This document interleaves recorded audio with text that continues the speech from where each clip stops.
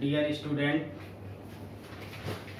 कल वाले लेक्चर में हम लोगों ने electric dipole moment, field intensity due to electric dipole, इन सब का अध्ययन किए थे और अच्छी स्थिति में वैद्युत द्विध्रुव के कारण वैद्युत क्षेत्र की तीव्रता की भी गणना कर लिए थे, जिसमें हमें वैद्युत क्षेत्र की तीव्रता का सूत्र E=1/4πε0 2p/r³ प्राप्त हुआ था। अब आज हम लोग निरक्षीय स्थिति में वैद्युत क्षेत्र की तीव्रता की गणना करेंगे वैद्युत द्विध्रुव के कारण। तो फिर पुनः उसी तरह -q आवेश और +q आवेश लेते हैं। -q आवेश +q आवेश, डिस्टेंस 2l, इसको हम A पॉइंट कहते हैं, इसको हम B पॉइंट कहते हैं और इसके मध्य बिंदु को हम O बिंदु कहते हैं। अब ये हुआ कि जो इलेक्ट्रिक डाइपोल है, पॉजिटिव चार्ज, नेगेटिव चार्ज, धनावेश, ऋणावेश, यदि हम वैद्युत द्विध्रुव पर कुल आवेश की गणना करें तो शून्य प्राप्त होगी। क्यों? क्योंकि एक पे जितना पॉजिटिव है दूसरे पे उतना ही निगेटिव है, इसलिए वैद्युत द्विध्रुव पर कुल आवेश शून्य होता है। इस तरह अब हम x अच्छी स्थिति का मतलब x एक्सिस पर हमने वैद्युत द्विध्रुव के कारण वैद्युत क्षेत्र की तीव्रता ज्ञात कर ली है।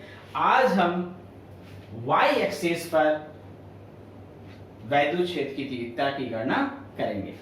तो इस प्रकार इस वैद्युत द्विध्रुव को मिलाने वाली रेखा या वैद्युत द्विध्रुव की अक्ष पर एक लंबवर्धक खींचते हैं।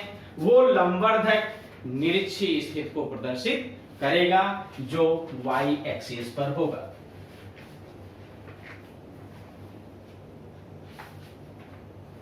ये बिंदु P हमने सपोज कर लिया है, जहां पर हमें वैद्युत क्षेत्र की तीव्रता की गणना करनी है और यह बिंदु P निरक्षीय स्थिति को प्रदर्शित करेगा। हमने मान लिया कि यह P बिंदु इस वैद्युत द्विध्रुव से r दूरी पर है। उसके बाद हमने P बिंदु को -q आवेश से और P बिंदु को +q आवेश से मिला देते हैं। जैसा कि कल जब हम वैद्युत द्विध्रुव की अच्छी स्थिति में वैद्युत क्षेत्र की तीव्रता की गणना कर रहे थे, तो वहां पर हमने माना था कि +q आवेश के कारण वैद्युत क्षेत्र की तीव्रता E1 और -q आवेश के कारण वैद्युत क्षेत्र की तीव्रता E2 है। उसी प्रकार आज पुनः हम फिर मानेंगे कि +q आवेश के कारण वैद्युत क्षेत्र की तीव्रता E1 और -q आवेश के कारण वैद्युत क्षेत्र की तीव्रता E2 है। तो इस P बिंदु पर +q आवेश के कारण वैद्युत क्षेत्र की दिशा ये होगी। जैसा कि हम जानते हैं कि +q आवेश के कारण वैद्युत क्षेत्र की दिशा हमेशा +q आवेश से बाहर की ओर होती है और ऋण आवेश के कारण, निगेटिव चार्ज के कारण वैद्युत क्षेत्र की दिशा हमेशा निगेटिव आवेश की ओर होती है। तो चूंकि हमने माना है कि Q2 के कारण -q आवेश के कारण वैद्युत क्षेत्र की तीव्रता E2 है, इसलिए इसकी दिशा -q आवेश की ओर होगी। इन दोनों का जो रिजल्टेंट है वो ये E हमने सपोज कर लिया, ये कोण थीटा है, ये कोण भी थीटा होगा। अब यहां पर हम वैद्युत क्षेत्र E1 और E2 के वियोजित भाग निकालेंगे, घटक निकालेंगे कि समांतर घटक क्या होगा और लंबवत घटक क्या होगा अकॉर्डिंग टू AB के अनुसार लंबवत और समांतर या क्षैतिज घटक की गणना करेंगे।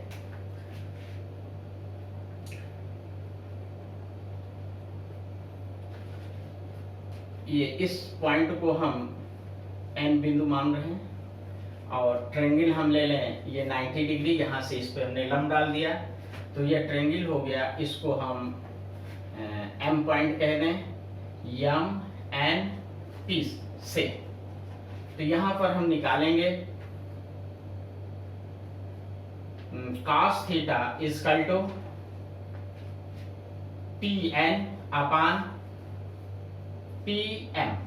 तो हो जाएगा cos theta equal to P N upon P M. P M represent कर रहा है E1 को, यहाँ E1 लिखेंगे तो पी एन इजकल टू हो जाएगा E1 cos थीटा। AB के समांतर ये घटक आपको E1 cos थीटा प्राप्त हो गया है। इसी तरह E2 के सापेक्ष E2 के लिए जब हम निकालेंगे तो वो निकलेगा E2 cos थीटा और ये E1 के कारण ये निकला E1 cos थीटा। इसी तरह लंबवत घटक निकालेंगे तो लिख देंगे हम sin थीटा इजकल टू ये NM अपान PM।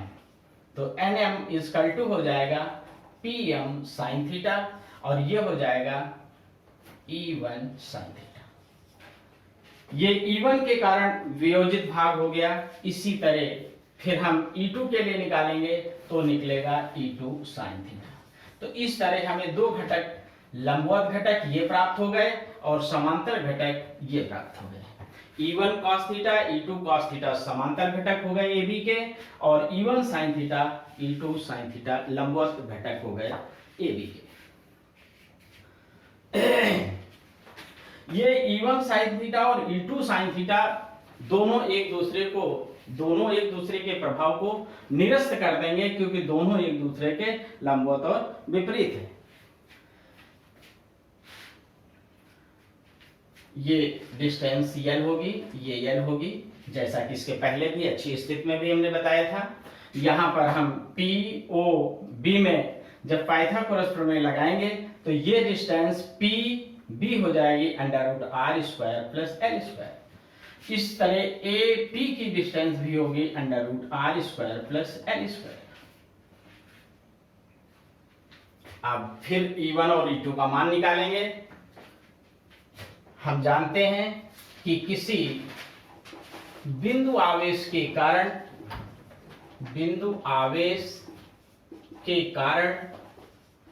वैद्युत क्षेत्र की तीव्रता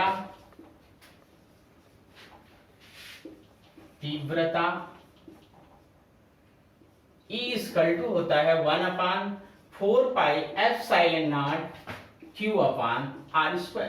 इस फार्मूले का हम प्रयोग करेंगे। तो पहले हम प्लस Q आवेश के लिए निकालेंगे, फिर माइनस Q आवेश के लिए निकालेंगे। हम जानते हैं कि प्लस Q आवेश के कारण वैद्युत क्षेत्र की तीव्रता E1 और माइनस Q आवेश के कारण वैद्युत क्षेत्र की तीव्रता E2 होती है। इसलिए लिखेंगे प्लस Q आवेश के कारण वैद्युत क्षेत्र की तीव्रता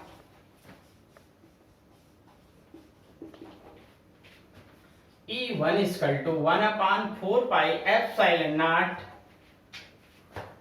Q/BP का होल स्क्वायर, B से P। इसका मतलब हुआ कि इसके कारण जो वैद्युत क्षेत्र की तीव्रता E1 है उसकी दिशा B से P की ओर है। तो ये हो जाएगा E1 equal to 1/4πε0 Q/√r² plus L² का होल स्क्वायर। ये हो जाएगा E1 equal to 1/4πε0 Q/ square करेंगे, अंडर रूट हट जाएगा तो ये प्राप्त होगा। इसको हम इक्वेशन नंबर 1 कह देंगे।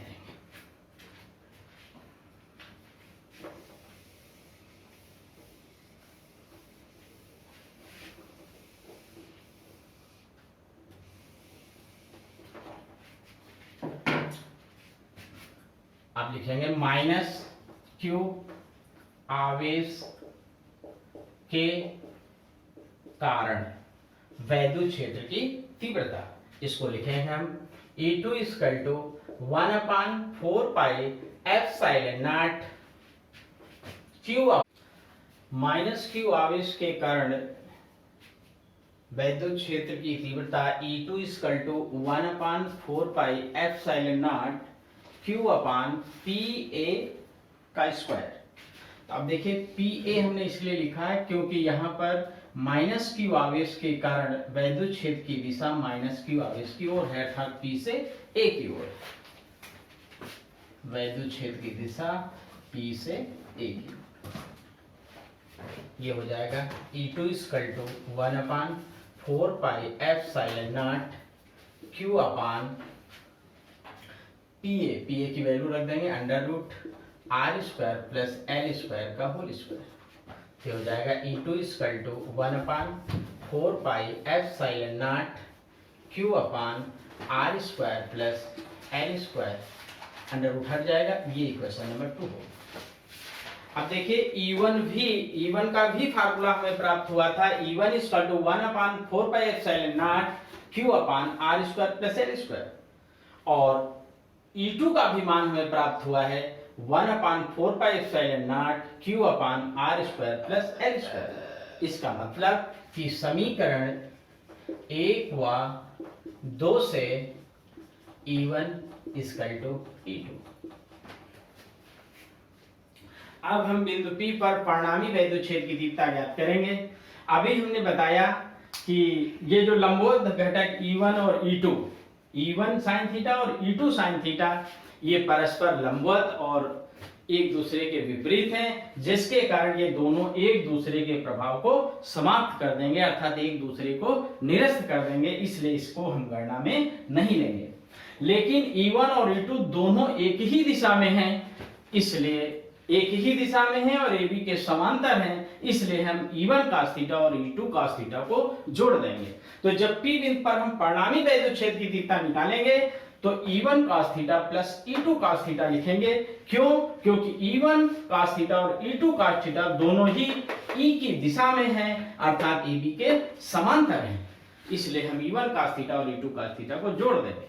तो लिखेंगे बिंदु P पर परिणामी वैद्युत क्षेत्र की तीव्रता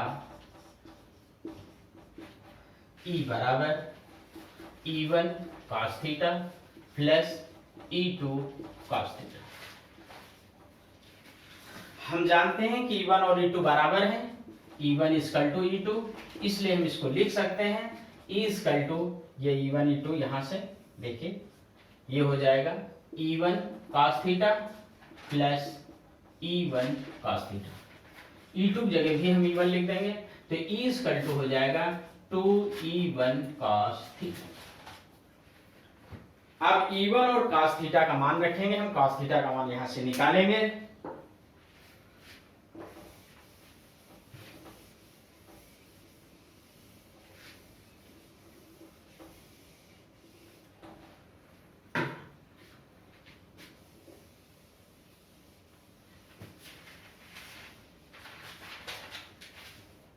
हाँ, अब देखिए E1 cos थीटा के लिए हम लिखेंगे, cos थीटा की वैल्यू निकालने के लिए हम ट्रायंगल ले लेंगे POB से cos थीटा बराबर होता है आधार बटे कर्ण मीन्स OB बटे PB। तो हो जाएगा cos theta equal to L upon under root r² plus L²। ये cos थीटा की वैल्यू निकल आई। अब लिखेंगे हम E इक्वल टू 2E1 का मान हम समीकरण 1 से निकाल चुके हैं 1/4πε0 Q upon r² plus L² into cos theta की जगह हम cos थीटा की वैल्यू लिखेंगे, ये जो निकाले हैं L upon under root r² plus L²। तो ये हो जाएगा E equal to 1/4πε0 Q into 2L upon r² plus L² और ये हो जाएगा r² प्लस L² की पावर हाफ। अंडर रूट का मतलब उसकी पावर आधी।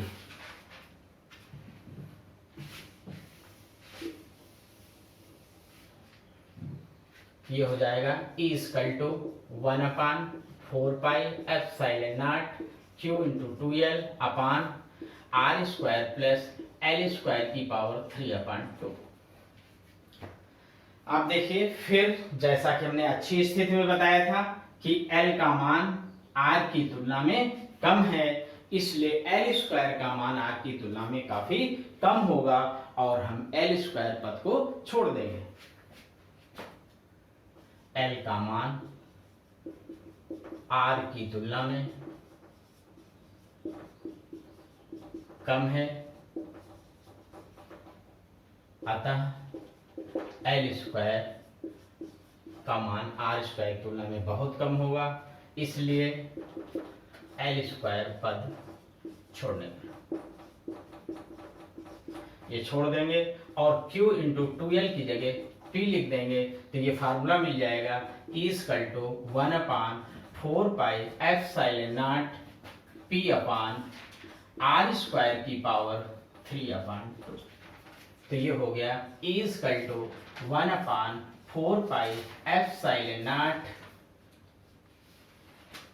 P/R³। ये 2 से 2 कट जाएगा, ये आ गया। तो इस तरह निरक्षीय स्थिति में हमें वैद्युत क्षेत्र की विद्युतता का फार्मूला प्राप्त हो गया E = 1/4πε0 P/R³।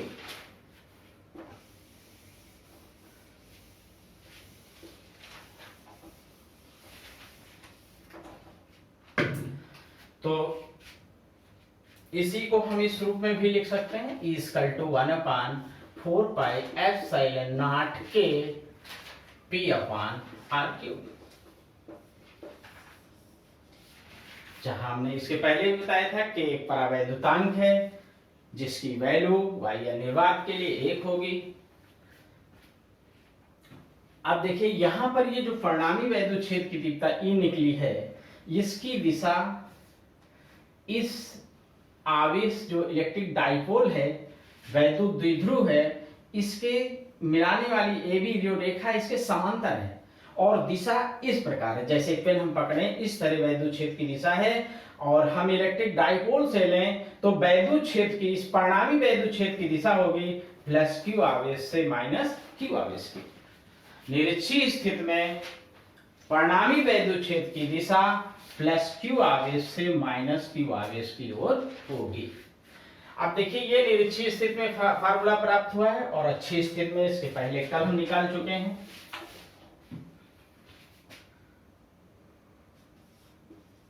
अच्छी स्थिति में फार्मूला हमें मिला E = 1/4πε0 2P/R³ और निरक्षीय स्थिति में हमें प्राप्त हुआ है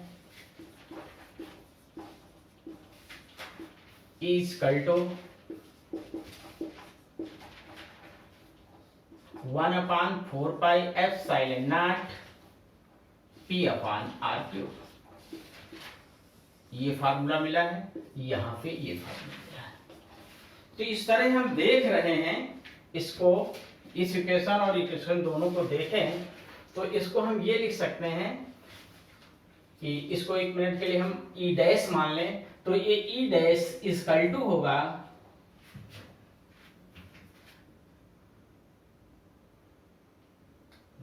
E = होगा 2E'। E = होगा 2E'। अगर E' को हम 2 से मल्टीप्लाई कर दें तो E के इक्वल हो जाएगा, चूंकि देखिए यहाँ 2P यहाँ P है। अगर हम निरक्षीय स्थिति में वैद्युत क्षेत्र की तीव्रता को 2 से मल्टीप्लाई कर दें तो अच्छी स्थिति में वैद्युत क्षेत्र की तीव्रता के बराबर हो जाती है। अतः हम कह सकते हैं कि अच्छी स्थिति में वैद्युत क्षेत्र की तीव्रता निरक्षीय स्थिति में वैद्युत क्षेत्र की तीव्रता की 2 गुनी होती है।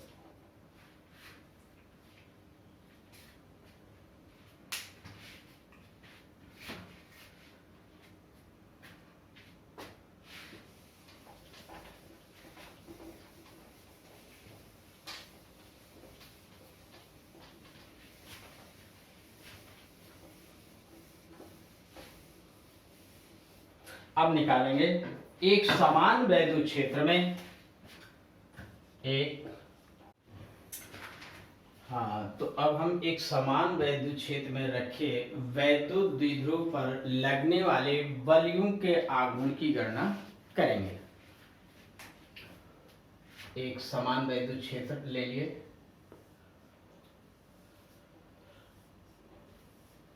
ये एक समान वैद्युत क्षेत्र हो गया। समान वैद्युत क्षेत्र किसे कहते हैं? समांतर एवं समदूरस्थ वैद्युत बल रेखाओं द्वारा उत्पन्न हुए क्षेत्र को एक समान वैद्युत क्षेत्र कहते हैं। समांतर एवं समदूरस्थ वैद्युत बल रेखाओं द्वारा उत्पन्न हुए क्षेत्र को एक समान वैद्युत क्षेत्र कहते हैं। यहाँ पर हमने एक समान वैद्युत क्षेत्र लिया है। एक समान वैद्युत क्षेत्र में एक वैद्युत द्विध्रुव को, एक इलेक्ट्रिक डाइपोल को हमने रख दिया है। ये एक इलेक्ट्रिक डाइपोल रखा हुआ है, एक पे निगेटिव चार्ज है और एक पे पॉजिटिव चार्ज है। जिस पे पॉजिटिव चार्ज है उसको हम बी पॉइंट कहते हैं, जिस पे निगेटिव चार्ज है उसको हम ए पॉइंट कहते हैं। हम जानते हैं कि इस वैद्युत द्विध्रुव की कुल दूरी 2l होगी और ये भी जानते हैं कि जब एक समान वैद्युत क्षेत्र में हम पॉजिटिव चार्ज रखते हैं, धनावेश रखते हैं, तो उस पर वैद्युत बल की दिशा वैद्युत क्षेत्र के अनुदिश होती है, ऐसे। और जब हम निगेटिव चार्ज एक समान वैद्युत क्षेत्र में रखते हैं तो उस पर वैद्युत बल की दिशा वैद्युत क्षेत्र के विपरीत होती है, ये। इसके पहली कक्षाओं में, कक्षा 9-10 में हम लोगों ने पढ़ा है कि जब दो बराबर किंतु विपरीत बल किसी वस्तु को उसके अक्ष के परितः घुमाने की प्रवृत्ति रखते हैं तो बलों के इस जोड़े को हम बल युग्म कहते हैं। जैसे कार की स्टीयरिंग, नल की टोटी जब हम घुमाते हैं तो उसमें बराबर किंतु विपरीत बल लगाते हैं तो बलों की इस जोड़े को हम बल युग्म कहते हैं। उसी प्रकार इस इलेक्ट्रिक डाइपोल पर भी दो बल कार्य कर रहे हैं, प्लस चार्ज पे इधर की तरफ वैद्युत क्षेत्र की दिशा में और निगेटिव चार्ज पर उसके विपरीत। तो ये दोनों बल भी इस इलेक्ट्रिक डाइपोल को घुमाने का प्रयास करते हैं। तो इन बलों के जोड़े को भी हम बल युग्म कहेंगे और ये दोनों बल इस वैद्युत द्विध्रुव को वैद्युत क्षेत्र की दिशा में संरेखित करते हैं, करने का प्रयास करते हैं। इसलिए इन बलों के जोड़े को हम प्रत्यानयन बल युग्म कहते हैं। क्योंकि दो बराबर किंतु विपरीत बल हैं जो इलेक्ट्रिक डाइपोल पे लगे हुए हैं, तो इस बल के जोड़े को हम बल युग्म कहेंगे और ये दोनों बल इस द्विध्रुव को घुमाकर वैद्युत क्षेत्र की दिशा में संरेखित करने का प्रयास करते हैं, इसलिए इसको हम प्रत्यानयन बल युग्म कहेंगे।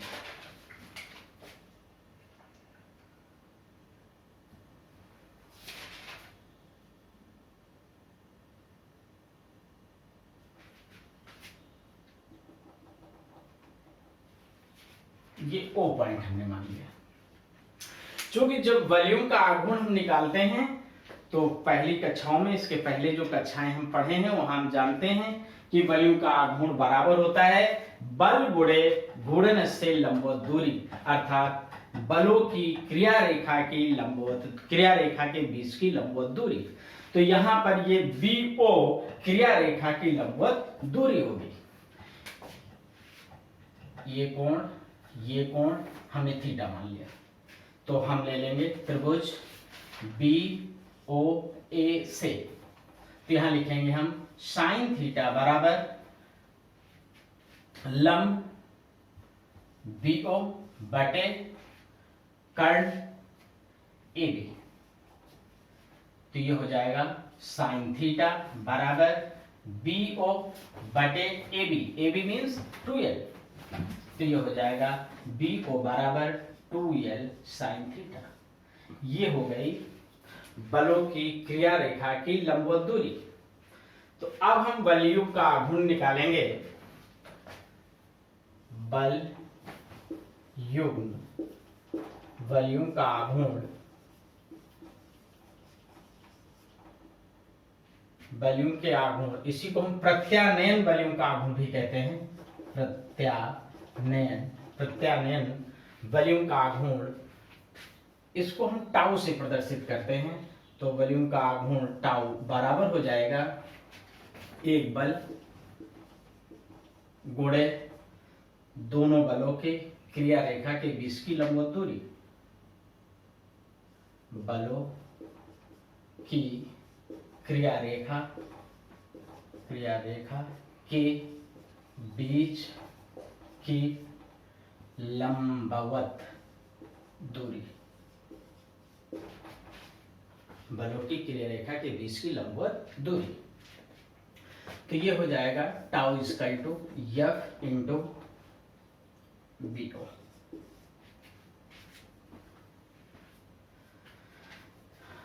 हम जानते हैं F इक्वल टू होता है Q इंटू E, और यहाँ BO बराबर हमने निकाला है 2L साइन थीटा।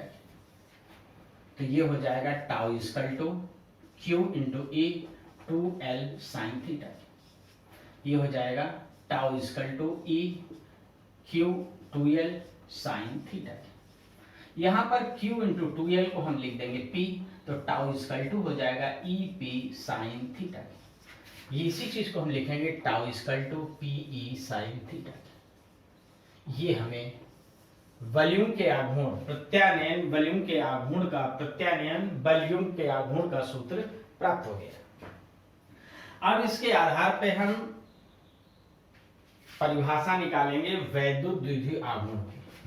लिखेंगे यदि थीटा इक्वल टू 90 डिग्री, तो टाउ मैक्सिमम अधिकतम वॉल्यूम का आघूर्ण tau maximum equal to PE। फिर यहां मान लेंगे यदि E इक्वल टू 1 न्यूटन प्रति कूलम, तो टाउ मैक्सिमम इक्वल टू हो जाएगा P। इसके आधार पर हम परिभाषा देंगे। इस परिभाषा में सारी चीजें आ जानी चाहिए। किसी वैद्युत द्विध्रुव का वैद्युत द्विध्रुवी आघूर्ण, जिसको हम केवल वैद्युत आघूर्ण भी कहते हैं, किसी वैद्युत द्विध्रुव का वैद्युत द्विध्रुव आघूर्ण उस अधिकतम वॉल्यूम के आघूर्ण के बराबर होता है जो 1 न्यूटन प्रति कूलम के एक समान वैद्युत क्षेत्र में द्विध्रुव को लंबवत रखने पर लगता है। किसी वैद्युत द्विध्रुव का वैद्युत द्विध्रुव आघूर्ण उस अधिकतम बल युग्म के आघूर्ण के बराबर होता है जो 1 न्यूटन प्रति कूलम के एक समान वैद्युत क्षेत्र में द्विध्रुव को लंबवत रखने पर लगता है। ये वैद्युत द्विध्रुव आघूर्ण की परिभाषा हो।